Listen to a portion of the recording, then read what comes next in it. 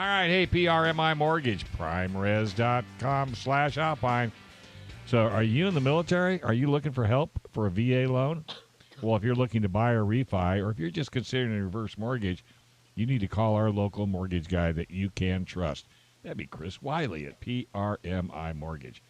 For nearly 25 years, Chris has been helping local San Diegans with all their mortgage needs. Give Chris a call at 619-722-1303 or just go to primeres.com/Alpine. All right, Wendy, what are you going to show us today? Well, I'm not going to show it. I'm going to do a product list product review because it is a firearm. So I'm going to talk about my everyday carry gun. Okay. So it's a SIG P238. Mm-hmm. It's a little 380. SIG makes a bunch of different versions of it, and there are still 2 of them that are on the roster, which is something that's kind of important. Mm-hmm. So you can still purchase it. They're going to be a little hard to find because the ones that are on the roster are not in their current line. So I know it's. Let's put it on the list so that you can't buy it because the guys don't make it. Yeah, so there's, they made a bunch of different versions of the same gun, but this is just a really great example of how silly the roster is. So the roster is model specific. Mm-hmm. So if I have, like, for example, if I have a Glock that is black and a Glock that is FDE, those are 2 different models. So Glock either has to get both of them approved through the DOJ, which is expensive and complicated, or they only do one. So you can buy the black one, but not the FDE one. And isn't it true that if they do get a gun on the roster, they have to take, 2 off? That's one of the new regulations. I think it might have been 3 off. Maybe it is 3. I think that's what we should do in Congress. For every law that you're going to pass, take 3 of them off. Yeah, that's a great idea. But it's so silly because it's, like you said, this particular firearm, if you change the color, if you Cerakote it, let's say. No, so you can buy it and then Cerakote it afterwards, and it's totally fine. But you can't buy it Cerakoted because it's not on the list. Yeah. Yes, folks, our politicians are sharp. Yeah. And that so now, why did you pick? Now, I have to just say, is that a popular gun amongst female shooters? It's probably not the most popular, but I really like it. Why did you pick it? What did you enjoy about it? So the reason that I really like it is because I also enjoy shooting 1911s. Okay. 1911s are pretty unique when it comes to semi-automatic pistols. Mm-hmm. They're single action only, so when you carry it cocked and locked. Mm-hmm. And the P238 is basically a miniature 1911. So it's a micro compact. Gotcha. Micro compact 1911. The whole thing's only like 5 inches long. Oh wow! And I have all the stats here somewhere. Yeah. But it's such a great size for me to carry. Well, and you don't have big hands. No, I don't. So you need a firearm that's going to fit in your palm of your hand so that you can do all of the maneuvering and whatever it is that you need to do, whether it be training or actual shooting. So, and how did you find this? Were you like at Gun Range San Diego and you went into their rental fleet and found one and said, "Ooh, this is nice"? I don't believe they have one on their rental fleet, but it was basically like that. I saw it somewhere and I was able to hold it and manipulate it and experience it, and I really liked it.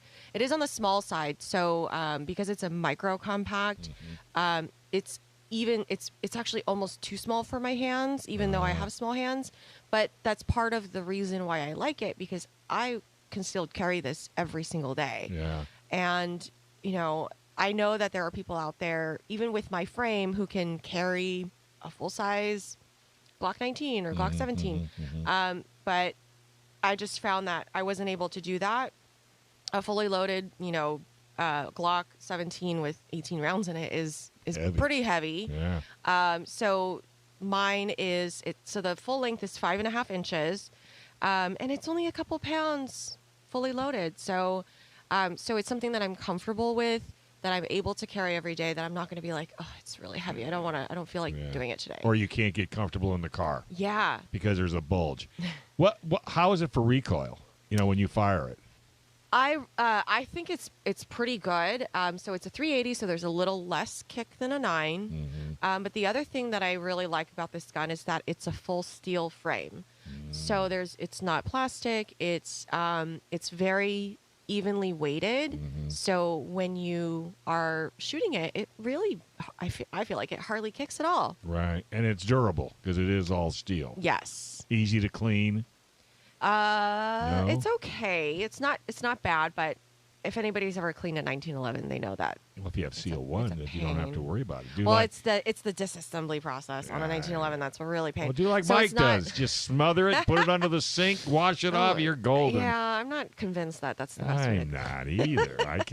Why do I imagine his gun's all rusty now? I don't know why. He says there's no rust. I know, that's what he says. But it's the disassembly process. So it's not as complicated as an actual 1911, but it's not as easy as my other SIG or my other Glock or whatever. Right. Those are really easy takedowns. But it's not bad, and I train with it, but I don't shoot it a lot. I don't shoot it the same way that I'm shooting with my full size ones that I use for home defense or something like that. I know this sounds like a plug, but if you join Gun Range San Diego, they will clean your guns for you. They do. So they do. Join one of their levels of membership, and you never have to worry about it. I know. I have totally recommended their membership based on that alone. That alone. Well, Lance Pelkey, who used to be the co-host here, that's all. That's the only reason he did it, because he'd go in and shoot the you-know-what out of it and then hand all his guns to him and say, call me when they're ready. Yep. Man after my own heart. Simplicity has its advantages. Yeah, there are people that like to take things apart and put them back together. Mike's not one of them. He loses all the springs. We already talked about that. And to me, I would rather just let somebody else take it apart because they're the experts. They do it all the time. So that's yeah. where I fly. Yeah. So I really love this gun. I've had it for a few years, and my particular version of it is not available on the roster. I have a rosewood version. I know, it's really pretty. So the one that is on the roster is the HG and the TSS. So that's they're both stainless steel and alloy, like two-tone kind of looking things, and they're both great. One of them is heavier than the other, which I actually like the weight of it because it helps balance the recoil. You have the heavier of the two?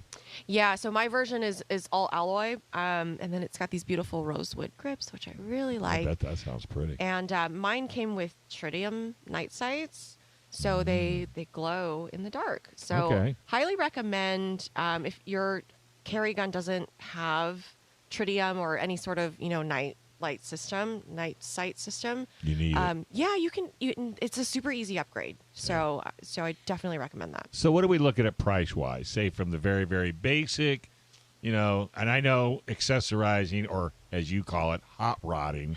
As I call it. That's what you guys in the industry call it. It's called hot rodding. Okay. Maybe they're just saying that for my benefit. But what are you looking at price? If somebody's thinking about buying one, what's the range roughly? So the MSRP is $679. Okay. And of course, with guns that are hard to find in California because of our really not awesome roster, the price is going to vary a little bit. But it's definitely, I've carried this gun for 4 years now. Wow. And I really like it. Never an issue? No. It's not as accurate as my full size guns because it's a micro compact it's so small, firearm. Yeah. Exactly. But it's something that I'm comfortable with carrying every single day. So that part's really important to me because I don't want to give myself any excuses not to carry it. Right. And if you did get into a situation, heaven forbid, sometimes just pulling it out will take care of the problem. Yes. Yeah. I've heard a lot of that. Yeah, and it doesn't have to be, a Dirty Harry 44 Magnum. I mean, trust me, somebody's coming after you and you pull out a pistol. Yeah. They're going to think twice. I can't conceal carry a 44 Magnum. You'd look so cute. I'd print just a little bit. And you would limp for sure because that thing is Print and limp, yes. that thing has got to be heavy, man. I'm sure to tell you. Well, that's pretty awesome. So, and the reason I'm kind of picking your brain is, unfortunately, it was hard to find. I made this mistake, as I've mentioned before. I bought a Smith & Wesson, 9mm that my wife can't rack, and so she's not happy with it. So I'm constantly looking to you young ladies to kind of give me some guidance, but I think I'm just going to throw her over to Not Me SD, so I don't have to fool with it. That's what we're here for. I know, and you guys just do an unbelievable job. All right, folks, you need to check out our website to see our Magnum interview by going to gunownersradio.com/Magnum. We just had an interview with MMA fighter Kung Lee, YouTuber Johnny B, and gun Graham guy Charlie C. Thanks for watching this clip from Gun Owners Radio. You can watch us live every Sunday from 4 to 6 p.m. California time, right here on our YouTube channel, or if you're in the San Diego area, you can listen to us on 1170 a.m. We're also available on your favorite podcast platform for free. Don't forget to like and subscribe so that you can help restore and protect the Second Amendment, not just in California, but across the country.